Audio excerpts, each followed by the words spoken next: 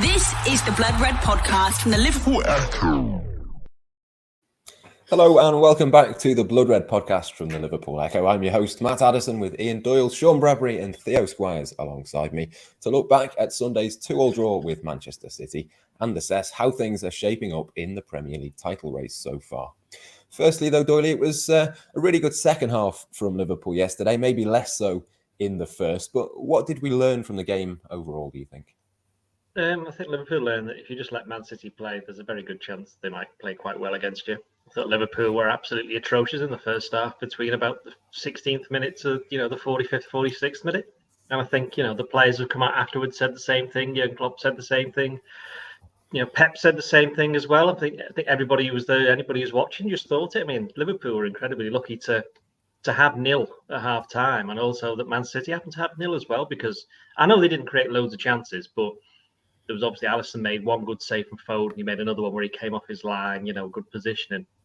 And I think was that De Bruyne put a header over? That was in the first half as well, wasn't it? So they were three, certainly two good chances. But overall, Liverpool just were very, very, they just kind of stood off them, and they got the tactics all wrong. And, Jurgen Klopp said after the game, he said at half time, we'd done everything that you're not supposed to do against Manchester City, which in a way does underline that, that for Liverpool to then come back from that and produce the second half that we did, I'm sure we'll get onto the goals a little bit later on, was, that shows they got the mental strength. And you also got to bear in mind that, what was it, 7th game in 22 days? I mean, I made a note of the fact that in just at the start of injury time, Fabinho and Henderson were both on the knees. They were absolutely exhausted, and there was still another 3 or 4 minutes to get through, and City were, forced a couple of corners in that time. So, City did look the more likely in the injury time period to get that. I think if Fabinho had scored that goal when Rodri makes the block, I think that would have been a bit cheeky for Liverpool to win that, because I don't think City deserved to get beat.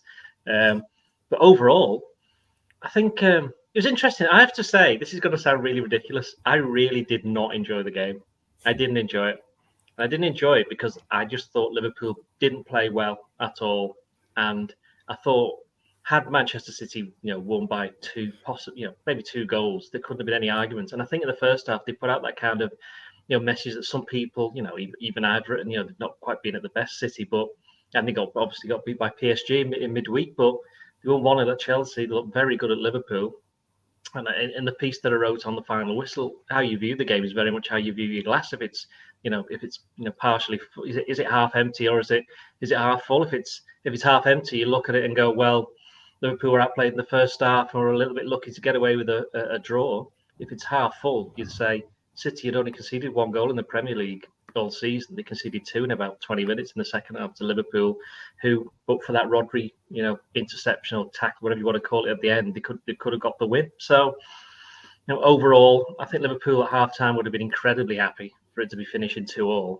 I think when they went 1-0 and 2-1 ahead, there will be that disappointment that they weren't able to hold on, especially when you consider that City now have arguably played their 2 hardest games this season, and they've taken 4 points. Liverpool have played Chelsea and City at home, and against Chelsea, they played half a game against 10 men, didn't win. They went ahead twice against City, didn't win that either. So we are very early days, but I'm not sure whether we learned anything new about either team. We just know that these 2 teams are going to be up there challenging for the title, and I'd be surprised if they aren't the top 2 at the end of the season. Is it a point gained or 2 drop for you, Sean, do you think? I mean, I'm sure Mohamed Salah, when he puts Liverpool in front, would have wanted that to be the 3 points for Liverpool, but I suppose 2-2 is never the worst result against Manchester City. No, I think you have to see it as a point gain, particularly as you guys have already spoken about in the context of that first half. I mean, that was truly quite atrocious, wasn't it? As Doyle said, I was just thinking at half-time, thank God for Alisson, first of all. Thank God City didn't sign a striker in the summer, because, there was so many times where Foden or someone had the ball, they cut inside, they looked up, and there just wasn't anyone in the middle. And if there had been, I think Liverpool would have been punished. And yeah, it was just great to see Klopp absolutely hurling himself down the tunnel and getting ready to sort things out in that 15 minutes. But in general, I think, you have to see that. If you look at it from that position and what Liverpool were able to do, the tweaks they were able to make in the second half and the pressure they were able to put City under, you have to see it as a point gained. And that second half was just an absolute spectacle of football at the very, very highest level. I think that's the good thing about Liverpool and City's modern rivalry, if you like, over the last few seasons. Obviously, they've been the 2 teams to beat.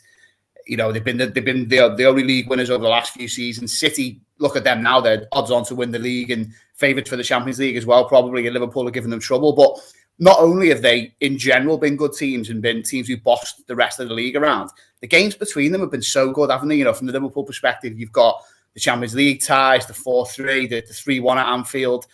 And then from City side, they've handed out a few big drubbings, haven't they? There's been a 5-0 and a 4-0.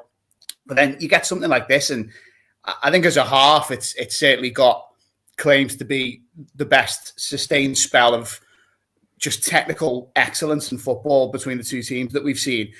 Yeah, I just reflected on, positives and negatives of it. I suppose to come back to your question, the worry I've got looking at the last week in general is that, Liverpool have thrown 4 leads away, haven't they? If you look back to Brentford, ahead twice there and the same again against City. But I just think you only have to look at the managers after the game and the demeanour of both Klopp and Guardiola. They were almost just, I think there was a bit of relief there in both cases, but they were just kind of basking in the joy of what they'd just seen. And I think in both cases, like plans they managed to put in place, Man City obviously have come from behind twice in that crazy second half, and that's to their credit. But I just think the way Liverpool were able to change it up in the second half, it is excellent, and Klopp can take a lot from that, and they can really build on that, because it's one of those times where I was just screaming for changes at halftime. I thought Firmino had to come on, and the midfield really needed some help.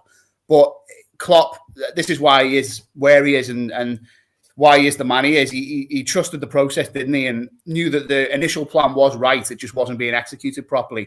And I thought he said that the post-match interview, we've got like a full transcript of it on the Echo website. And anyone who hasn't seen what he said to Sky, I just implore you to go and have a full read of it, because in the moment, for him to have that clarity and explain, the tactics and the technical concepts of what they were trying to achieve and where they were going wrong so well and so clearly, I just thought was the measure of the man. So yeah, in general, Liverpool have, I thought he said, City and Chelsea have obviously played hard games. I think you can make the case that Liverpool have played 2 of their hardest 4 games of the season now, even though Chelsea and City were both at Anfield, and Liverpool will be annoyed that they didn't win at least one of them. I think Liverpool, City and Chelsea look a cut above everyone else so far. You can obviously make the case that going to Old Trafford and going to Goodison will be difficult. But Liverpool have passed 2 stern tests there, and obviously, been pretty solid and have won most of the other games that they've had so far. So yeah, I think that's just an absolutely unbelievable game to watch. 2 great teams, and point gained for me, just about. We'll come on to the second half, and I think it was 22-minute spell in which all 4 of the goals were scored, Theo. But just to sort of finish off on that first half, the fact that Liverpool, even though they played poorly, got themselves in at 0-0, they managed to dig out a bit of a result almost. I know they get a little bit lucky in parts. Alisson pulls off a couple of good saves, but even you look back to last season, if Liverpool had been playing that poorly, they just wouldn't have been able to get themselves in at halftime 0-0. Is that a positive in itself, that even though they didn't play at their best, they were still able to keep Manchester City out? Yes and no. I think, as I think it was Sean that said, it's more City not having the striker. If City had signed Harry Kane for 100 million, Liverpool were 2 or 3-0 down in that first half. They were atrocious. Every first touch was heavy. Every pass was misplaced. I don't think they had a shot on goal. Just because Phil Foden or Kevin De Bruyne have wasted a couple of chances, it is more them being wasteful than Liverpool getting away with it and being good defensively to get away with it. Another team would have punished them. On another day, they would have been punished. It's more, you can take it as a positive, as the fact that they've survived it.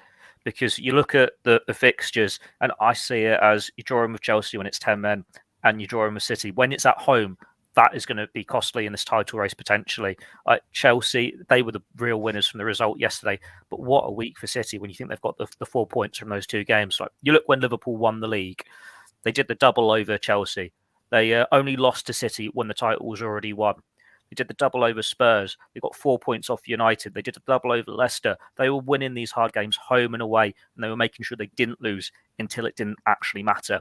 Now, these are the big opportunities in the title race to get those points, and they've dropped them here. And considering their mixed record at the Etihad, it's going to be costly there. They certainly can't play like that again when you're playing against these sides away from home, because then you think they would be punished. It's like maybe Anfield had a little bit of an impact there to make sure they did get it at 0-0. But you just got to be so thankful that they could turn it around in that second half, because it was like the horrible months of after Christmas, how bad they were, just everything going wrong, not creating anything offensively, thinking, are they just not as good as we thought they were? But then they come back stronger and they offer that reminder. They still weren't at their best by any means, but when you got a player of Mohamed Salah's quality who can turn a game in an instant and score an amazing goal like he did, or set up an amazing goal like he did out of nothing, then you've always got a chance. Yeah, absolutely. Mohamed Salah crucial to that second half turnaround. Doyle, the goal, the assist, both remarkable. Is there an argument, and a strong argument as well, to suggest that he might be the best player in the world on current form? There's no arguments about it. He is. Simple as that. I mean, anybody who doesn't think that, just, go away, basically. But in a bit of stronger terms that we can't say on this kind of podcast. Yes. Before I forget, what I will point out about City is that part of the reason they dominated so much in the first half is because they didn't have a striker. Grealish was dropping off onto Fabinho. And I don't necessarily think that just because they'd have bought Harry Kane for £100 million, they'd just scored 2 goals or 3 goals in the first half. They've had a better chance of scoring a goal, of course, because you've got Kane on the pitch. But they wouldn't have probably had quite as many chances, or them kinds of chances, because it would have been a slightly different game with Kane being, or whoever as a striker being on the pitch. So I think interesting with City is that part of the reason they've become so defensively sound is because they haven't got a striker, which kind of stands to reason, really, when you think about it. So, but that's, anyway, by the by. The Salah thing was just, it was quite funny, actually, when he had that run for with Liverpool's second goal, his goal.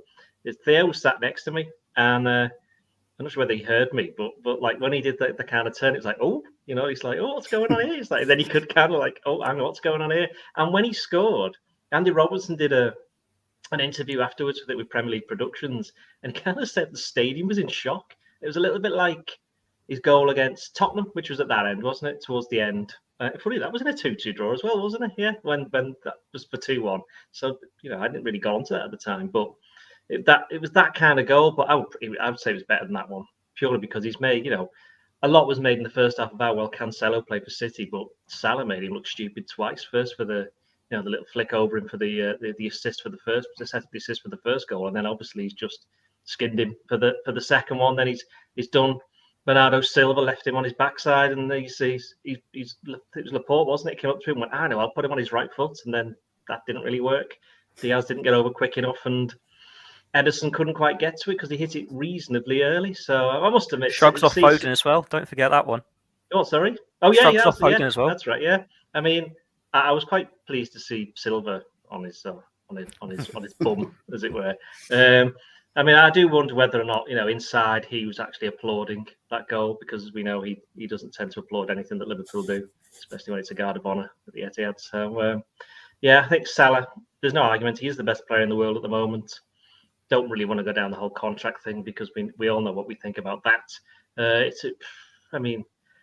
Let's just say the worst case scenario is that he doesn't sign his contract, in which case that's good in a way, because it means we've got another 2 seasons of him. We've got this season and next season. So, because he'll want to stick around then, won't he? If he doesn't sign his contract, he'll probably just want to see it out, which means Liverpool are going to get another, 20 months of him. And if he's in this form for that amount of time, what is it? He's played 9 games this season, scored 9 goals. He's only not scored in the Burnley game, in which he scored a goal, which was about that far offside as well. So, we're talking about a player who's doing the things that, I'm going to mention them. The former Barcelona man Messi and the former Real Madrid man Cristiano Ronaldo. What they did for years. But Salah's been doing this for, was it 5th season now for Liverpool, and he got 31 last season. The way he's going, he's going to get nearer to 40. And I think if he stays clear of injury, he probably will do, simply because of the way that Liverpool, overall are playing attack wise, because they've, while they're obviously the concerns over the defence, 6 goals in 3 games. Liverpool have scored 10 in that time, and they just seem to have, towards the end of last season, I wouldn't say they weren't struggling for goals at all, but they were certainly playing in a more considered fashion, because they knew they had to get the wins, and obviously there was the 2 centre-backs, or 4 centre-backs were missing at that time. I think they're playing with a bit more freedom at the moment. I think that's partly why they've been conceding the goals. I'm sure we'll get on to a bit about certain performances which perhaps weren't up to normal level against Man City. Looked like the Brentford game in that respect.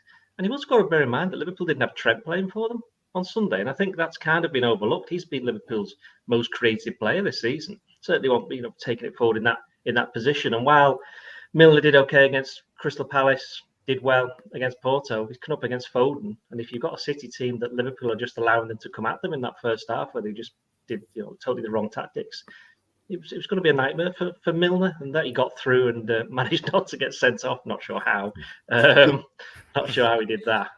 I think that is a bonus. But Liverpool also didn't have Thiago, and he's somebody who's ready-made for a game like that. I thought Curtis Jones did, certainly second half. He was the better of the midfielders.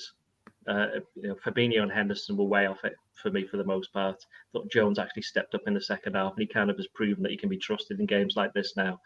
I think he played in the 4-1, didn't he? He did it, and he was one of the better players, wasn't he, on the day? So I don't think there should be any doubts about that now. But I do think Thiago, had he been available, Alexander-Arnold, it would have made a bit of a difference. City could point to Gundogan, wasn't there, and he scored 2 at Anfield last time, and I think he'd have been, he was kind of tailor-made for the formation they were playing as well. He could have prospered and caused some issues, but overall, going back to Mohamed Salah, yeah. I mean, name me a player who's better than him, and I'm pretty sure the you three are not going to be able to do that. No, certainly not on current form. We won't go too far down the contract route, Sean, but it is another reminder of how good he is. And I think it's another reminder of him being at his peak as well. We speak a lot, obviously, about the 44-goal season that he had when he first came in. But for me, he's a far, far better, far more all-round player now than what he was then, even if he might not end up with 44 this season. Oh, undoubtedly, and you only have to look at the evidence in that game there yesterday. The Robertson interview that Doyle referenced before, I thought was really interesting because, as well, he said that this, he referenced the fact that there is still this perception that Salah's underrated, and he said it's a shame that his goal wasn't a winning goal. But I just think anyone who has that mindset now, who doesn't see what Liverpool fans say about Mohamed Salah is kidding themselves. Really, He's one of the best in the world. He's certainly one of the best the Premier League has ever seen. And just look at this game. And to be honest, the more that I've watched it back, obviously his goal, as the lads have already discussed, was just absolutely incredible. I mean, it was sublime, wasn't it? It was perfect touch after perfect touch. Excellent finish with his weak foot. But the more I look, I'm actually as impressed, if not more impressed, by what he did for the Mane goal. And just dropping back, skipping away, bursting forward, and playing the perfect ball. I think that's the thing. If there is something that gets missed about Salah, you almost can't miss his goals, can you? And you look at his numbers and they speak for themselves. But his vision and his passing ability is second to none. He might be the best on the ball in the entire Liverpool team. I'd argue, and say, maybe you could say Thiago and others have similar skill sets to him and can do what he does to an extent. But yeah, I'm just delighted that on the biggest stage against the only other team I'd say who claims to be the best in the league, maybe Chelsea might start entering that argument. He displayed both sides of his game, and the fact that he set up Mane as well was great. It's one of those for those people who try and insist that Salah's greedy or that those two have problems that spill onto the pitch. There was a great moment between them actually after the goal where they kind of, embraced in a fairly kind of passionate manner, and then cracked on with trying to get Liverpool over the line in the game. But yeah, to go back to the contract, that I just think we've got to the stage now. Maybe this has been a very canny masterstroke by Liverpool to delay things until such time as Salah makes the complete argument that he is an exceptional case. And I don't know, if I was them, I'd be sitting the rest of the squad down and just showing them clips of Salah and saying, "I'm sorry, lads, but this is why he's getting an extra $100,000 and why we're going to pay him a bit more than you." Because he, obviously you do back the general idea of having wage structures that are unbreakable for squad harmony and all those types of purposes. And that's the FSG way. It's got Liverpool to where they are right now. But I think it's a tricky one, isn't it? Because Liverpool have reached a point, and Theo's written a very good piece on this today. Again, another little plug for me, which I'd implore people to go and read. But FSG, the team that's been built under Klopp, has kind of outgrown the initial phase of how FSG built the club up. And now they've got these type of decisions where you've got to do things that you wouldn't have done 2 or 3 seasons ago. But I just think giving Mohamed Salah more money to keep him, and crucially to stop another club, and I wouldn't say he'd go to another Premier League side, but he'd obviously go to a European team who you would consider to be one of Liverpool's rivals for Champions League honours. It's at the point now where not keeping him would clearly be to the detriment of Liverpool as a team, but you would be strengthening someone else and giving them, the final stretch of Mohamed Salah's career.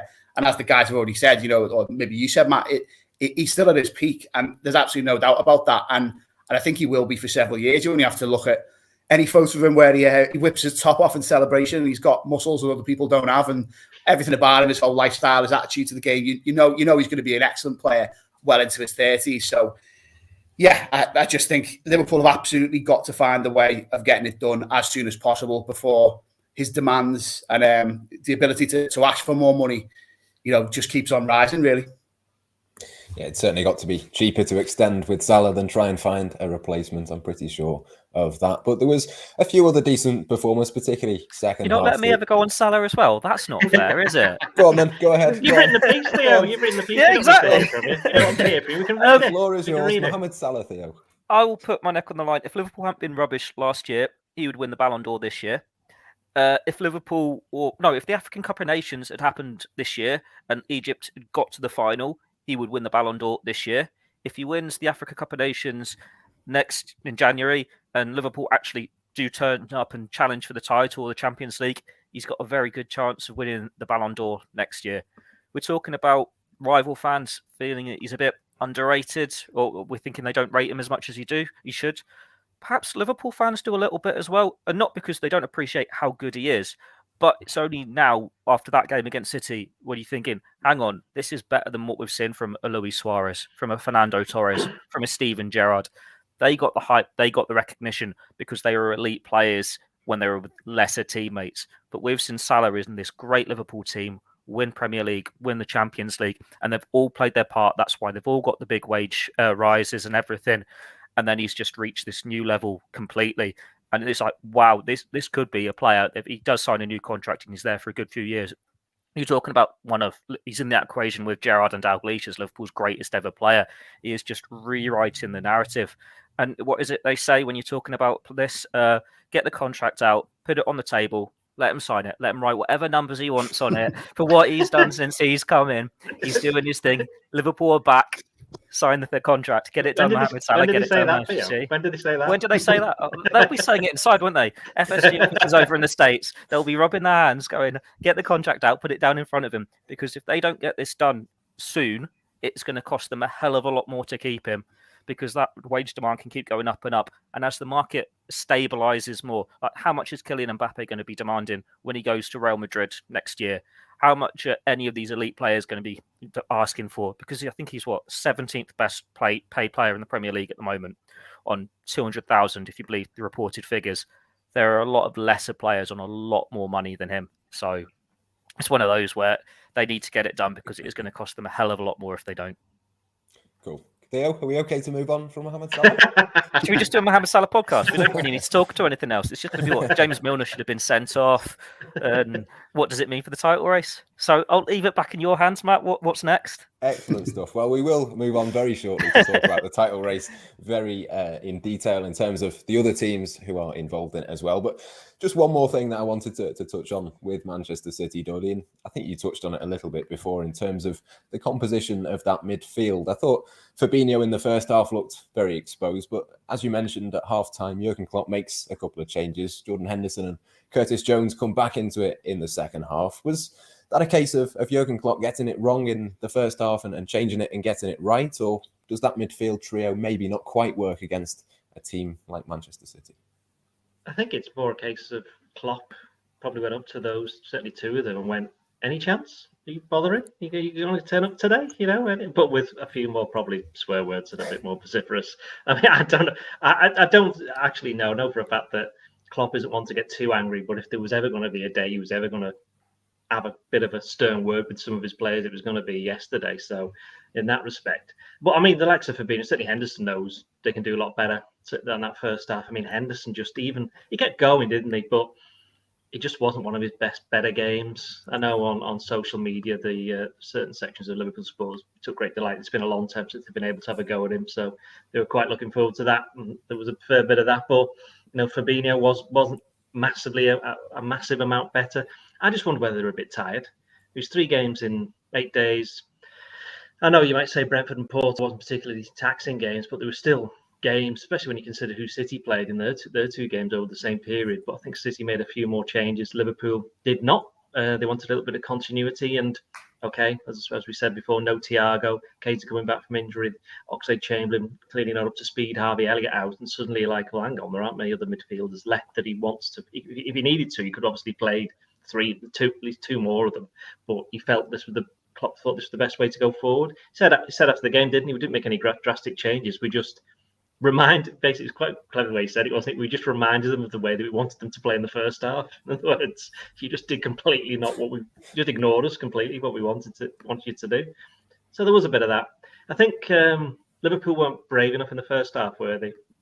We've seen they seemed reluctant to play through Man City's press, which is why you had the sight of Matip, who was probably one of Liverpool's best players in the first half and overall actually. He was stepping out, and he was given time to just go through because City strangely thought that he'd be no threat, and we've seen already this season that actually he is. So, but that was the only way Liverpool were getting through the first half. I think he did one in the second half quite early on, didn't he? Did he pass it to Jota for the chance? I think he may have done. I think, and that was and that was like Liverpool's. That kind of got Liverpool going, didn't it? The start of the second half.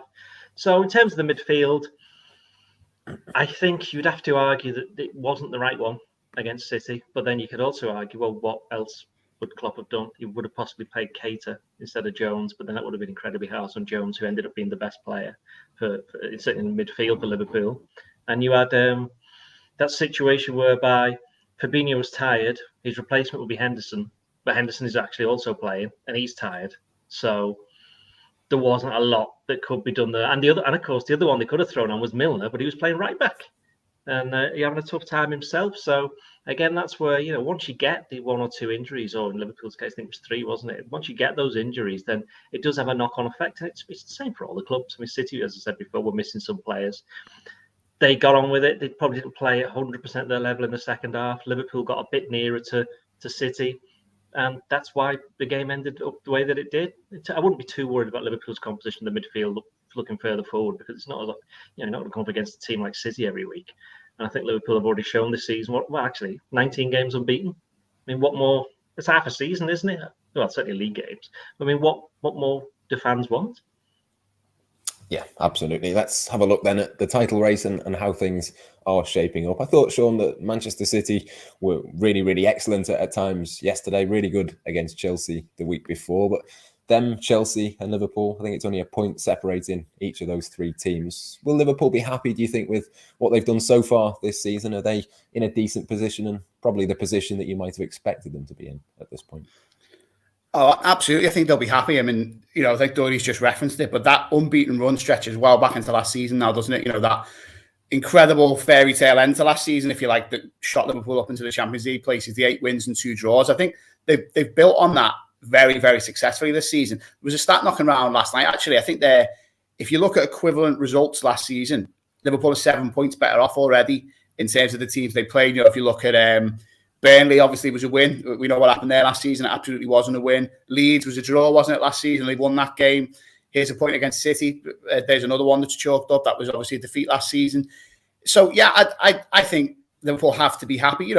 Going into this international break, you would have loved the win against City for extra momentum and to really send them directly a message in the title race. But like I said before, I honestly think that the 4 hardest games this season will be the 2 against Chelsea and the 2 against City. Liverpool have got 2 of those out the way, as well as a couple of other tricky ties. I think, going to Brentford's not going to be an easy one for a lot of teams this season. They look like a team who aren't going to absolutely fade away. Like, you sometimes see an initial burst from newly promoted teams and then they drop off, don't they, as you get to winter and beyond. Perhaps that'll happen a little bit, but look what they've just done this weekend against West Ham. They look a decent outfit. So I think Liverpool will be happy with that. I think as well, every club you look at, who are involved in the early phases of the title race, if you like, have got their issues. With Liverpool, it's depth. I think, as we just talked about, Dory referenced missing Trent. That shot in the first half where it cut to Thiago and Trent on the bench, watching from the stands, weren't they? As Liverpool were probably at their lowest ebb in the first half. You just thought, what they do for one, if not both of those on the pitch right now. But they found a way, and I think Milner, as Doyle said, despite the fact that he was targeted by City, he did well enough. he will do well enough in other games as well when you're not against 6 midfielders who are taking it in turns to rotate and target. Yeah, so depth is a Liverpool issue, but they're coping very well with it so far. But look at City, the fact that they're taking this kind of tactical gamble that partly does stem from the fact that they didn't sign a striker of playing 15 midfielders a game or whatever it is. You're going to get games, aren't you, like the 0-0 against Southampton, where the result is there's a lot of pretty stuff, a lot of nice build-up and a lot of passing, but that incisive cutting edge that you need to put teams to the sword isn't there. I think Chelsea as well, okay, it's good this weekend that from their perspective that Werner got on the score sheet, but I still think there's a little bit of concern for them. If Lukaku's goals dry up at any point, or if he was to be on the sidelines, that would be a worry. They usually play 3 centre halves, don't they? And I think they haven't really got more than 4, you'd say, in the squad who are excellent. You can maybe make the same case for their midfield. That they need a lot of midfielders. They get through a lot of work in the central areas, but have they got more than 3 or maybe 4 who are really elite? So I think that as much as I think you probably will take 90 points to claim the league this season, maybe slightly less than that given the start that the teams have had. There's cracks in every team, but Liverpool, like we've talked about with the bravery they displayed against City, I think that speaks volumes. The fact that Henderson was that little bit higher up the pitch that cost him and cost Liverpool at times, especially in the first half. But that's the marker, isn't it? That Harvey Elliott went out the team and he was doing well in that role, but it's almost as if Liverpool have decided to stick to it and keep Henderson pushing on and try and blow teams away like they have been doing and keep that going against Man City. So I think that spoke volumes in the fact that they were able to do that in the second half. So yeah, overall it's shaping up to be an absolutely excellent title race, but there's no doubt in my mind that if Liverpool have reasonable luck with injuries from here on in, they will be in the mix right through to May. Yeah, Liverpool, City and Chelsea looking very good early on. Theo, what have you made of Manchester United? Is it a 3-way title battle or is it a 4-way? Can I answer this one after Liverpool play United at Old Trafford? Then we'll really know, won't we? It depends what happens with United, because I think we could all say if they carry on like they are, Solskjaer could very well be out of a job within 2 months. And then, depending on who they get in, that could be a nice little springboard for them to finish strong. Because you think only last year, the lead at the top of the table was changing every week. It was only when we got to the second half of the season, when you got Christmas and New Year out the way, that City took hold of it and just didn't let it go. And I think that was the same when they finished a point above Liverpool. Like they were exchanging it up until January, February time, and then neither team lost, but City were the ones ahead. So it's too early to write United off for now. But you would say at the moment it looks like a 3-horse race, just because United probably have a few more holes in their side. They were very much relying on Cristiano Ronaldo to be the difference for them. But that's still a 36-year-old player who wasn't the difference for Juventus last year when they nearly missed out on qualifying for the Champions League, having been signed to win in the Champions League, which he didn't do either. He'll score them goals, but it wasn't necessarily a big enough signing to go and win them a Premier League title. The same way as, say, if Lukaku goes and gets you 25, 30 goals, Chelsea are going to be right up at the top. And it was, if they hadn't lost to City, you'd be saying now it's their league, but it's so close between those big three. At the moment, I'm kind of leaning towards City, because you think if it's going to be decided by the results between the big three, they've been to Anfield, they've been to Stamford Bridge, they've got 4 points. That is what you need. That could be huge for them. It's going to take a massive performance from a Liverpool or a Chelsea to go to the Etihad and take it off them and wrestle back control. But then we've seen City drop points in silly games. We've seen Chelsea can do it at times as well. Liverpool drew with Brentford when that could have been a win. It's just too close to call at the moment. You need to make sure you're grabbing these opportunities, and I suppose all of them have done for the majority, with the odd drop point here and there. You're just waiting for these next top of the table clashes, and that's when you can really assess it again. And I think Liverpool's next one is United, Old Trafford away. Or if Liverpool can win that one, you would be very comfortable saying United aren't in this title race. I think I'm right in saying that City go to United in the next few weeks as well. So a couple of those big games to come. Doyle, just to finish, is that going to be the difference, do you think, at the top end of the title race this season? Is it going to come down to the head-to-heads between all of the possible 4, if not 3, title contenders? Well, it usually does. I mean, we've only played 7 games, so I don't think we should be making any kind of massive predictions. The thing is, at this stage of the season, you can't win the league, but you can lose it. And I'm pretty sure Chelsea, United, Liverpool, and City will all be going well.